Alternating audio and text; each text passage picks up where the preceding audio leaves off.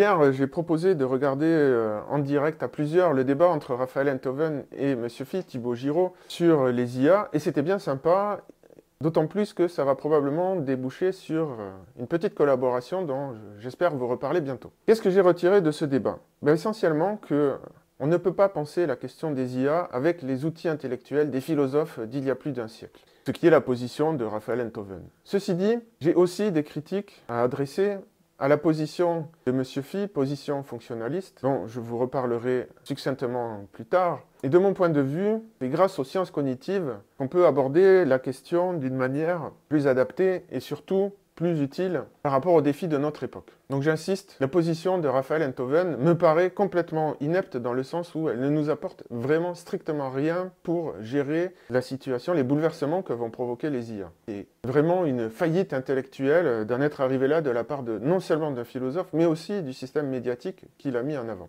Donc pour cette vidéo, je vais vous présenter rapidement les protagonistes et l'objet du débat, pour ceux qui ne l'auraient pas vu et qui n'auraient pas suivi. Je résumerai tout aussi rapidement les positions de chacun, et ensuite j'adresserai mes critiques aux deux, et pourquoi je trouve leur approche inefficace, puisque elle aboutit sur un dialogue de sourds. Et enfin, je vous parlerai succinctement de l'approche grâce aux sciences cognitives. L'approche que je propose, grâce aux sciences cognitives. Je précise aussi que je prévois très bientôt une vidéo sur ce qui va suivre GPT-O1, la dernière version qui vient de sortir, et que ça vous permettra de comprendre bien mieux ce qui nous attend avec les IA et pourquoi aussi je me suis bien trompé dans ma prédiction sur le futur hiver des IA.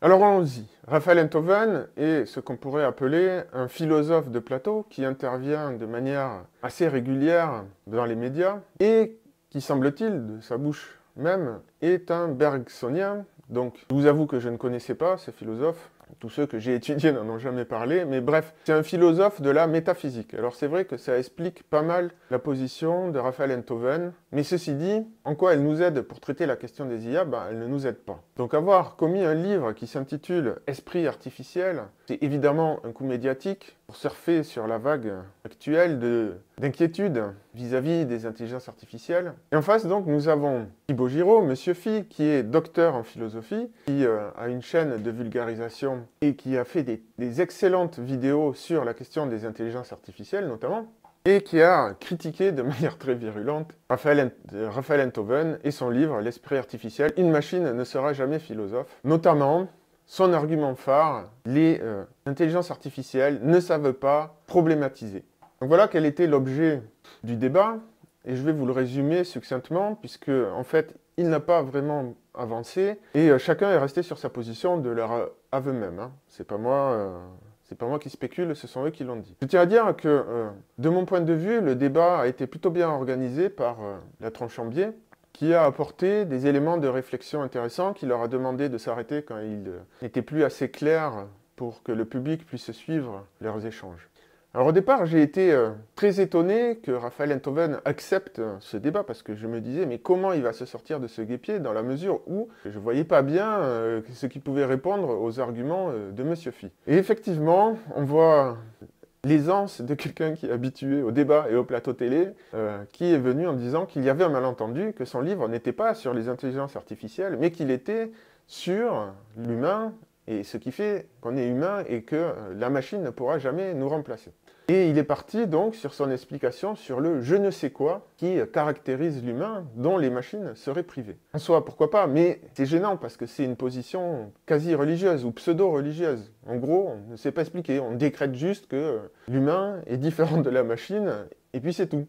Et en soi, ça ne me dérange pas, mais c'est quand même gênant pour un philosophe qui se veut penser la question de l'IA. En gros, il n'apporte strictement rien au débat. Et le problème qu'a soulevé M. Phi, c'est qu'il intervient dans les médias en tant qu'expert de la question. Parce qu'il a organisé un concours avec ChatGPT où il a écrasé, soi-disant, d'après les juges, qui n'étaient pas du tout juges et partis dans cette histoire, il aurait écrasé ChatGPT. Et c'est ce que M. Phi a complètement démonté. Donc l'argument qu'avançait Raphael Enthoven, c'est que ChatGPT ne sait pas problématiser, qu'il n'y a que les humains qui peuvent problématiser. Or, c'est faux. En fait, c'était juste que le test était mal fait. Il suffisait de demander dans le prompt de ChatGPT de problématiser et elle aurait très bien su le faire. Et c'est ce qu'a démontré M. Phi. Donc là-dessus, Raphael Enthoven a admis son erreur. Cependant, son approche, en fait, avait été anticipée par M. Phi. Ils avaient 10 minutes tous les deux pour s'exprimer au début. Et M. Phi est intervenu en second et il a dit eh ben, c'est dommage parce que si j'avais pu démarrer, on aurait pu avancer d'un cran le débat, puisqu'il avait anticipé que Raphael Enthoven dirait mais ce n'était pas le sujet de mon livre, etc., etc. Ce qui est très gênant parce que, encore une fois, il a organisé sa campagne médiatique, alors peut-être sous l'influence de son éditeur, certes, mais sous l'étiquette d'un expert de l'IA, ce qu'il avouait lui-même ne pas être. Il n'a même pas jouer avec ChatGPT. C'est quand même dramatique. Alors quelque part, qu'il ait écrit un mauvais philosophe, qu'il ait écrit un mauvais livre, pardon, et qu'il ait fait de la mauvaise philosophie en soi, ben, ça peut arriver à tout le monde. Le problème, c'est que les médias l'ont mis en avant. Et ça, c'est une double faillite. C'est la faillite d'un intellectuel, mais la faillite d'un système médiatique, qui est quand même censé filtrer les bons des mauvais intellectuels, ou au moins filtrer les gens dans leur domaine de compétences. Et ça, je trouve ça extrêmement gênant. Donc M. Phi, il était beaucoup moins à l'aise de son propre aveu, il déteste les débats, que Raphael Enthoven ne s'est pas laissé berner. Il a continué à défendre sa position et à demander des définitions ou des explications à Raphael Enthoven sur ce qu'il entendait par ces histoires de l'IA ne sait pas penser. Donc il a demandé mais qu'est-ce que c'est la pensée? Ou alors expliquer en quoi le fait que l'humain sache penser différencie concrètement l'IA des humains. Il y a répété à plusieurs fois, dans ce cas, donnez-nous une prédiction de ce que pourrait faire l'IA, que ne pourrait pas faire l'humain, ou vice-versa. Ce que Raphael Enthoven s'est finalement refusé à faire. Donc ensuite, l'autre approche qu'a tenté M. Phi, c'est l'approche fonctionnaliste. Et là, Raphael Enthoven, encore une fois, lui a envoyé une fin de non-recevoir, c'est-à-dire qu'il a admis que le raisonnement de M. Phi était valable, mais il n'a pas voulu accéder à sa conclusion, en prétextant qu'il ne connaissait pas le fonctionnalisme et que c'était un coup bas de lui reprocher de ne pas le connaître. Oui, alors certes, on ne peut pas reprocher à quelqu'un de ne pas tout connaître. Le problème, c'est que le fonctionnalisme est la philosophie principale qui est utilisée aujourd'hui pour aborder la question des IA, ce qu'il a fait dans son livre. Et ça, c'est problématique. Un manque de sérieux, un manque de professionnalisme. Donc voilà un petit peu, si vous voulez, la tenue du débat. Et ensuite, il n'a pas avancé plus que ça. Donc Enthoven est resté sur sa définition de la pensée qui est « ça ne s'explique pas, ça ne se réduit pas ». Mais bon, pourquoi dire la pensée? Ça pourrait être tout autant le libre arbitre, ça pourrait être le schmilblick. En fait, c'est juste un mot sur lequel on ne met rien derrière, juste c'est un mot magique pour dire l'humain est magiquement différent des machines. Donc ça, en philosophie, c'est une position qu'on qualifierait de dualiste ou de spiritualiste. Le problème, c'est que Raphael Enthoven se considère comme moniste, donc il est complètement incohérent dans tout ça. En tout cas, il n'a pas su s'expliquer, et de ce point de vue, je trouve que M. Phi a largement gagné le débat. De plus, Raphael, à son crédit, Raphael Enthoven a quand même admis que, effectivement, ChatGPT pouvait problématiser et qu'il s'était trompé sur cette question et qu'il allait regarder un peu plus en détail son fonctionnement. Bon. En attendant, le livre a été écrit, la promo a été faite et le livre a été probablement vendu et lu, je ne sais pas combien d'exemplaires, mais ça reste quand même gênant de ne pas avoir fait cette démarche auparavant. Alors, de son côté, M. Phi a admis qu'il aurait pu, avant de publier sa vidéo, contacter Raphael Enthoven pour le prévenir qu'il allait critiquer son travail.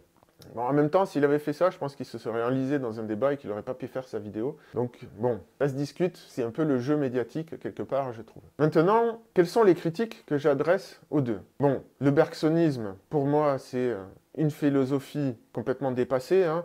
Ça ne nous apprend strictement rien sur le fonctionnement des IA, ni même sur le fonctionnement de l'humain. Ça part d'un postulat non démontré que l'homme est différent. Mais aujourd'hui, ça ne tient plus. Ça ne tient plus du point de vue scientifique. C'est-à-dire, non seulement on peut émettre ce postulat, pourquoi pas, mais il faut derrière qu'on fasse des prédictions avec. De dire, l'IA se comporterait différemment de l'humain dans telle situation. J'ai trouvé de ce point de vue que la critique de M. Phi était tout à fait valable. Mais elle a quand même une faiblesse dont je vais parler. Donc, quelle est la critique de M. Phi? Pour aller à l'essentiel, ce qu'il dit, c'est que c'est la critique fonctionnaliste. Imaginons comprenne le cerveau de Raphaël Enthoven et qu'on remplace l'un de ces neurones par un équivalent fonctionnel, donc qui réalise exactement la même fonction, mais qui soit en silicium, par exemple. À la rigueur, peu importe en quoi il serait, mais admettons que ce soit fait grâce à des transistors. Ce que dit M. Phi, c'est que fonctionnellement, nous aurions toujours affaire exactement au même Raphaël Enthoven qu'avant. Et donc, si on remplaçait un autre neurone, ce serait toujours le même Raphaël Enthoven. Fonctionnellement, quand on interagirait avec lui, on aurait exactement les mêmes interactions qu'avant, puisque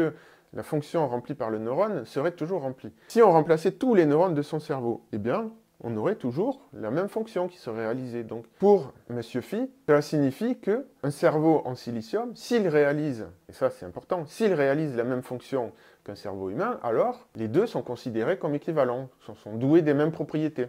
Et à cela, j'ai deux critiques à adresser. La première, j'ai même trois critiques à adresser. La première, c'est que, pour l'instant, il y a des similitudes de fonctionnalité, mais il n'y a pas, en tout cas, d'équivalence totale. Une IA, on peut l'arrêter dans son fonctionnement et elle peut reprendre plus tard là où elle a été. Un humain ne peut pas faire ça. Vous ne pouvez pas le mettre en pause et revenir plus tard et reprendre exactement au même endroit et finir l'opération qui était en cours. Donc là, en admettant que les IA soient fonctionnellement équivalents à nous ne sommes pas fonctionnellement équivalents à elles. Déjà, ça, c'est la première critique. Donc là, il y a une différence qui, pour l'instant, est tout à fait notable, mais je reconnais que on pourrait dire, alors les IA sont peut-être plus conscientes puisque fonctionnellement elles réalisent plus de choses que nous. Bon, admettons. L'autre point sur lequel je ne suis absolument pas d'accord, c'est justement sur l'expérience de pensée qui consiste à remplacer les neurones par des neurones artificiels. Et de dire, on peut faire cette opération. En fait, non, on ne peut pas faire cette opération.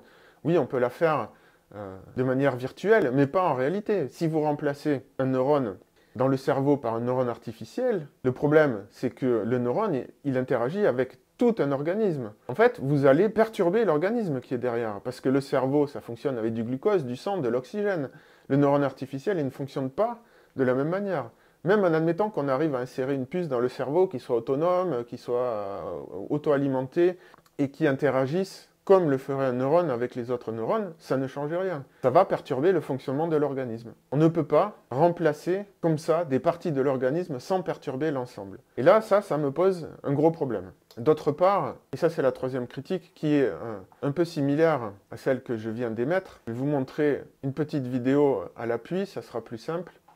Voilà comment on décrit généralement le fonctionnement de l'organisme. Alors là, c'est des vidéos de vulgarisation qui dépeignent notre organisme comme une machine très complexe, mais qui reste quand même quelque chose de relativement mécanique.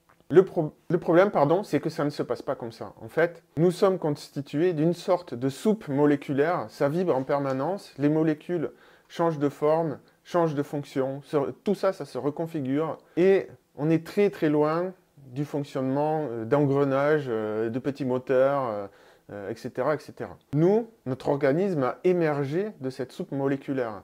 Les machines, elles ont été fabriquées. Et ce n'est pas juste payer de mots, nous ne sommes pas de même nature. Donc voilà les critiques que je voulais adresser au fonctionnalisme. Alors, je vais rajouter un petit appendice à cette critique, mais là, je conçois que ça demande que j'avance une hypothèse qui n'est pas du tout prouvée à l'heure actuelle. Donc là, pour l'instant, mes critiques sont factuelles, il me semble. Par contre, là, je vais changer de registre. Dans mon livre Quantalia, je soutiens l'idée que la conscience est un phénomène quantique. Et je m'appuie entre autres sur les travaux de Roger Penrose et Stuart Hameroff qui, pour l'instant, en tout cas, c'est pas prouvé, mais on a de plus en plus d'indices qui indiquent que c'est le cas, que la conscience émergerait, ou en tout cas serait reliée à un phénomène d'intrication quantique au niveau des microtubules, donc des cytosquelettes, des cellules nerveuses. Qu'est-ce que ça signifie tout ce charabia?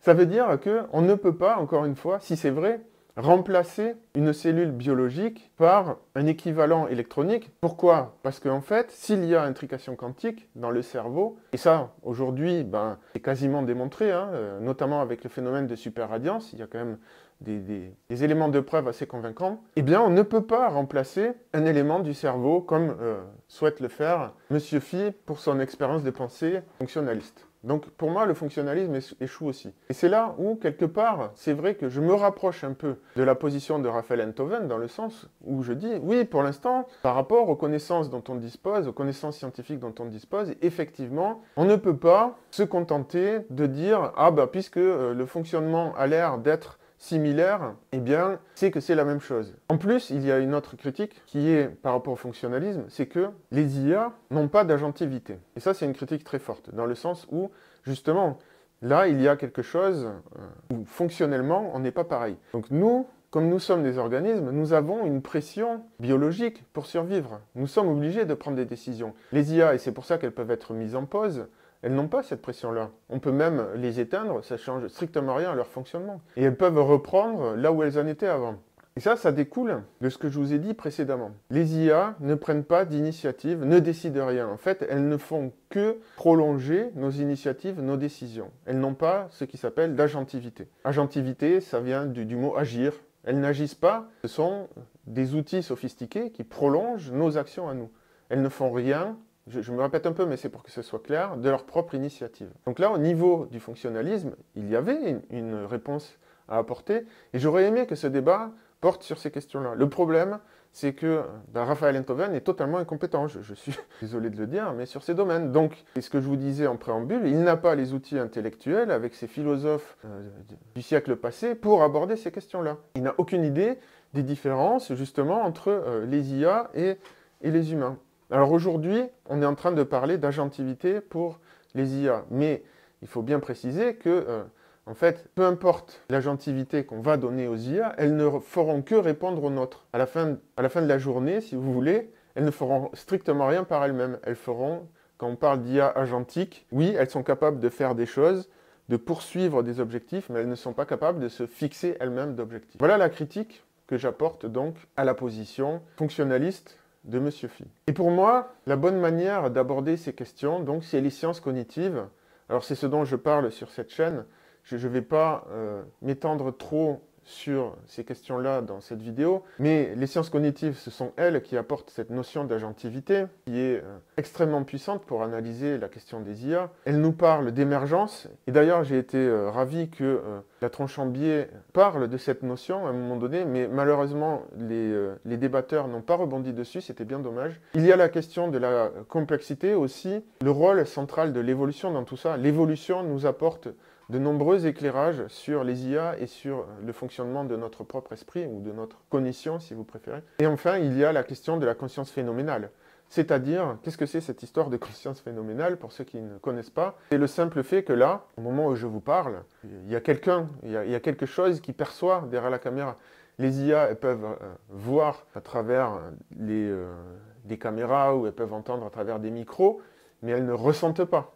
Elles n'ont pas de notion de douleur. On peut leur faire imiter la douleur, on pourrait même les faire crier, mais en réalité, il n'y a pas ça. Il n'y a pas quelqu'un derrière. En tout cas, il n'y a rien qui indique qu'il y ait quelqu'un derrière. Ça, c'est la conscience phénoménale, et c'est une question très importante qui n'a pas été tranchée en philosophie. D'ailleurs, Monsieur Phi en a parlé succinctement à un moment donné. Il a réalisé une vidéo dessus, qui est très intéressante comme toujours. Mais voilà les questions, voilà les concepts avec lesquels on peut commencer à aborder les questions des IA. Et malheureusement, là je rejoins complètement Monsieur Phi, la place médiatique a été prise par quelqu'un comme Raphaël Enthoven sur ces questions-là, et ça induit les gens en erreur, ça leur donne un faux sentiment de sécurité, parce que oui, il va y avoir des gros bouleversements, parce que oui, qu'elles soient exactement comme nous ou pas, qu'elles aient un esprit ou pas, ça ne change rien, elles vont bouleverser la société, et ça ne sert strictement à rien de se dire oui, mais nous avons notre précaré qui est cet indescriptible qui fait que quand on regarde un coucher de soleil, nous sommes émus. L'IA ne sera pas émue. Oui, d'accord, probablement qu'elle ne sera pas émue, mais on pourrait lui donner un sens de la beauté. Donc pour moi, ça ne fait pas avancer la question. Par contre, le livre de Laurent Alexandre sur la guerre des intelligences, ça, c'est le genre de livre qui devrait être promu parce que là, il pose les enjeux. Et étrangement, Raphaël Enthoven est très ami avec Laurent Alexandre, et je ne sais pas comment c'est possible qu'il y ait un tel décalage entre les deux, et notamment entre les deux productions. Mais bon, voilà, c'est comme ça. Toujours est-il que c'était amusant de regarder ce débat. Personnellement, ça ne m'a pas apporté grand-chose. Il n'y avait pas de nouvelles idées ou de nouveaux concepts qui aient pu faire progresser ma pensée sur la question des IA ou même de la société, si ce n'est de voir Pour moi, la faillite intellectuelle des philosophes humanistes notamment, qui sont restés coincés à l'époque où on considérait l'humain comme quelque chose d'exceptionnel, parce qu'il était doué de conscience, de raison et de libre arbitre. Tout ça a été battu en brèche donc, par les sciences cognitives. On a des notions beaucoup plus puissantes, beaucoup plus fines aujourd'hui pour aborder ces questions-là. Hein, je répète, la notion de complexité, d'émergence, d'agentivité. Et donc je vous invite à faire la distinction, quand vous regardez ce genre d'intervention, entre ceux déjà à minima qui ont une pratique de la chose, une pratique des intelligences artificielles, et ceux qui n'en ont pas, et ensuite à distinguer aussi ceux qui utilisent des philosophies désuètes pour analyser la question et pas les outils de la science moderne.